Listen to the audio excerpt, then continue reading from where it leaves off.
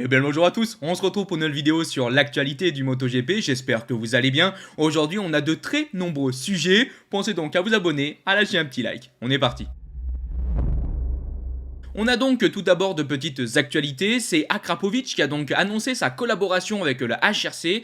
On a donc un nouveau système d'échappement qui va équiper les Honda RC213V. Le directeur donc du HRC a déclaré: nous sommes ravis d'accueillir Akrapovic en tant que nouveau partenaire technique pour la saison 2023 et au-delà. Akrapovic a un palmarès impressionnant dans une variété de formats de course et c'est là, comme Honda, qu'ils ont développé leurs connaissances techniques. Avec cette collaboration, nous travaillerons avec eux pour développer davantage le système d'échappement de la Honda RC213V alors que nous nous efforçons d'avancer. Nous sommes sûrs que cette collaboration sera source de succès et de développement futur. Et pour continuer sur Honda, on a aussi eu un très grand changement, on a un nouveau directeur technique et c'est un ancien de Suzuki. Et oui, après 6 ans chez Honda, Takeo Yokohama a été donc remplacé par Ken Kayoshi. Ces petits sujets sont là pour essayer de vous mettre en lumière à quel point Honda essaie d'améliorer la situation, que ce soit du point de vue technique mais aussi personnel. Alors peut-être qu'on n'en verra pas tout de suite les fruits de cette collaboration dès 2023, mais on sent que pour les années à venir, Honda essaie de modifier un petit peu son projet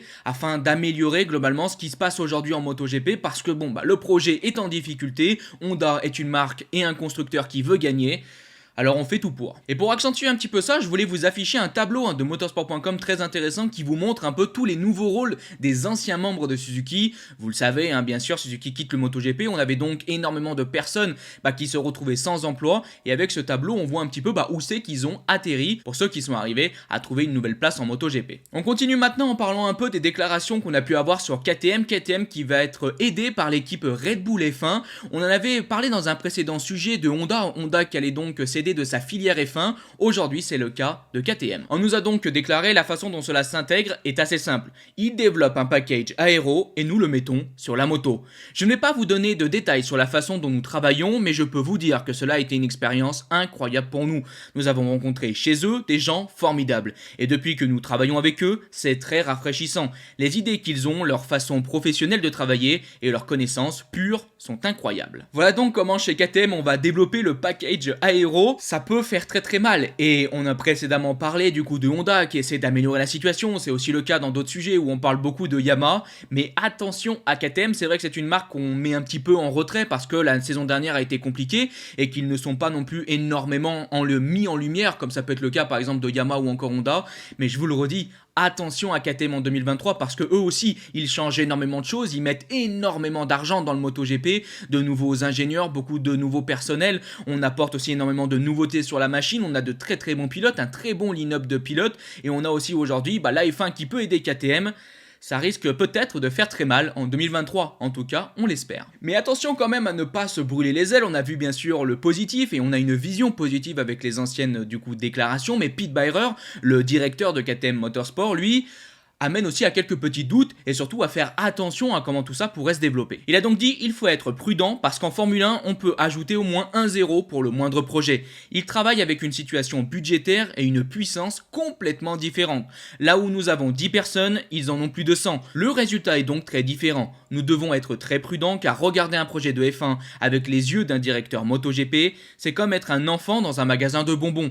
Tout ce que l'on voit est tellement cool et professionnel qu'on veut l'avoir. Mais si vous le faites, il faut un budget 10 fois plus important pour intégrer chaque détail. Ce n'est donc pas réaliste. Il termine donc en disant: c'est pourquoi il faut faire très attention à ne pas copier la Formule 1 dans ce que l'on fait en MotoGP.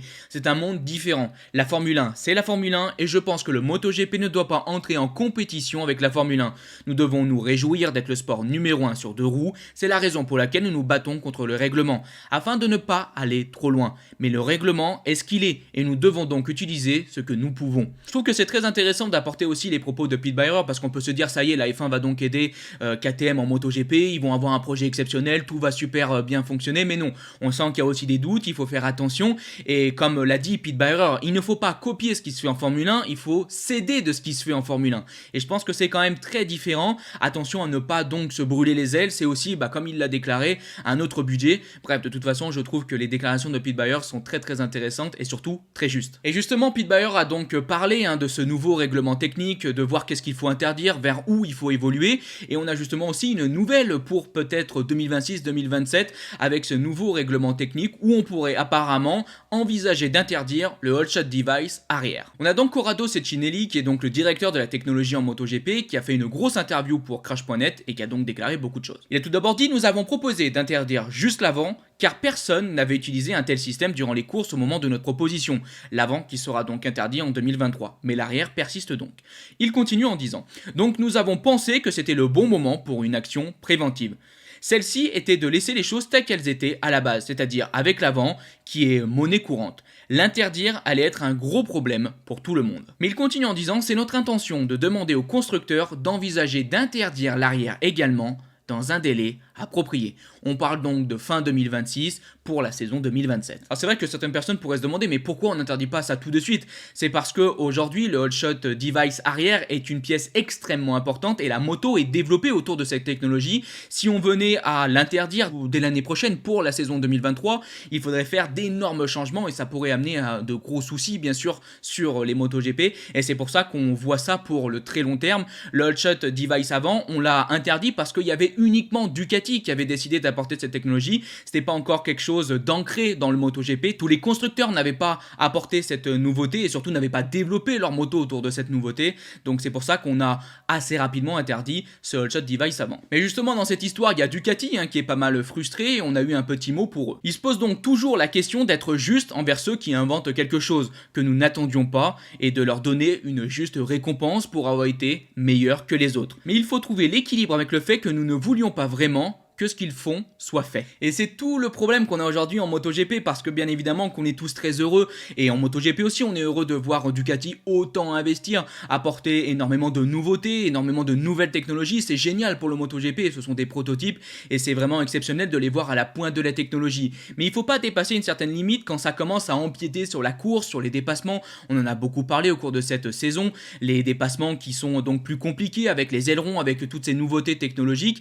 Et donc voilà, on est dans un juste milieu à trouver où oui, il faut de nouvelles technologies, mais en même temps, il ne faut pas que ça empiète sur la course, sur le show, bien sûr, de cette catégorie. Donc j'espère qu'avec ce nouveau règlement technique qui arrivera fin 2026 pour 2027, on aura quelque chose de plus équilibré. Je voulais aussi, pour avant-dernier sujet, je vous en ai dit, il y en a beaucoup des sujets dans cette vidéo, revenir sur des déclarations de Jorge Lorenzo, des déclarations qu'il a fait quand même depuis un petit moment. Ça fait longtemps que je dois en parler. Il revient un petit peu sur les derniers titres de champion du monde de Joan Mir, Fabio Quartararo ou encore Pecco, et il les compare à l'absence du coup de Marc Marquez. Bref, on se lit ça et on revient là-dessus après. Il a donc dit: je pense que Marc Marquez est toujours techniquement le meilleur. Physiquement, il n'est pas le meilleur en ce moment à cause de son bras malheureux, mais il est le seul à ne pas craindre de tomber. Cela joue parfois contre lui, mais quand cela joue en sa faveur, c'est une grande qualité. Avec les jeunes qui ont progressé sans peur et avec tant d'ambition, peu à peu la différence que Marc pouvait avoir avec les autres ça me nuise. Mais il continue en disant: je suis sûr que si Marc est à 100% et si Honda l'aide, il reviendra doucement à gagner des courses et des championnats du monde. Pour moi, les titres mondiaux ont été remportés au cours des 3 dernières saisons sans le meilleur pilote en piste, qui est toujours Marc Marquez. Sans lui ou avec Marc à mi-service, c'était beaucoup plus facile. Avec un Marc à 100% en piste, certainement un des titres ne serait pas arrivé. Je ne sais pas si les 3 auraient été gagnés par Marc, peut-être qu'un lui aurait échappé, mais je pense que les 3 auraient pu être gagnés par un vrai Marc Marquez. Alors vous le savez, avec Desi, on peut refaire beaucoup de choses. Avec Desi, on coupe des armes, comme on m'avait dit en commentaire, c'est la fin de vidéo, ça commence à partir en cacahuète. En fait, moi j'ai un petit peu des problèmes avec les propos de Jorge Lorenzo, c'est que tout d'abord, c'est vrai, je les trouve tout à fait justes, et bien évidemment qu'avec un Marc Marquez à l'image de 2019, peut-être que Fabio, peut-être que Pecco, peut-être que Joan Mir n'auraient pas remporté leur titre de champion du monde, peut-être, c'est vrai. Mais ce que je trouve dommage, c'est qu'avec ces propos, une nouvelle fois, on dévalorise un petit peu ces titres. Et c'est vrai que Marc Marquez est un immense champion et que Marc Marquez est un pilote absolument exceptionnel et que le championnat n'est pas pareil quand il est là. Mais Marc Marquez, c'est aussi l'adversité qui l'a amené à malheureusement faire cette grosse chute. Alors il y a eu aussi bien sûr d'autres problèmes. On avait parlé qu'il y avait peut-être eu un problème d'électronique sur sa machine qui avait amené à ce crash. Bref, il y a beaucoup d'interrogations sur ce qui s'est passé pour Marquez, beaucoup aussi d'erreurs. Ce retour du coup précipité qui l'a amené à avoir d'énormes problèmes ensuite à son bras. Bref, beaucoup de choses se sont passées, mais c'est aussi parce que le niveau en MotoGP MotoGP a augmenté, que ces jeunes loups qui ont été ensuite champions du monde ont monté le niveau, que Marc Marquez a du coup dû en faire encore plus, et ça a mené malheureusement à tout ce qui s'est passé après. Donc il faut pas dévaloriser, parce que je trouve qu'avec ces propos en disant oui mais le meilleur pilote n'était pas là, on dévalorise les titres de champion du monde qui ont suivi.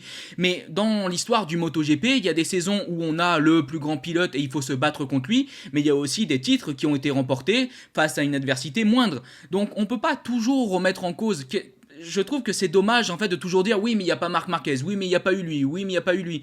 Souvent je sais que par exemple certains détracteurs de Valentino Rossi disent ouais mais Valentino Rossi il n'avait pas cette adversité. Ou quand on parle bien sûr d'Agostini, ouais mais Agostini il avait la meilleure moto. Si on commence toujours à remettre tout le temps en cause les titres de champion du monde, on ne s'en sort plus. Moi je pense qu'il faut dire on a un titre de champion du monde, il a été gagné. Alors peut-être que c'est pas le plus grand titre de champion du monde, bien sûr que si on compare une saison 2019 de Marc Marquez à la saison 2020 de Joan Mir, ce n'est pas du tout le même poids. C'est pas du tout la même saison, mais à la fin, ils sont égaux par le fait qu'ils ont été tous les deux champions du monde. Ce sont pas les mêmes pilotes, ce sont pas les mêmes ambitions, ce sont pas les mêmes équipes, c'est pas la même chose, c'est pas les mêmes champions. Il y a tellement de choses qui diffèrent qu'on peut pas vraiment mettre des titres en opposition, c'est ça que je veux dire.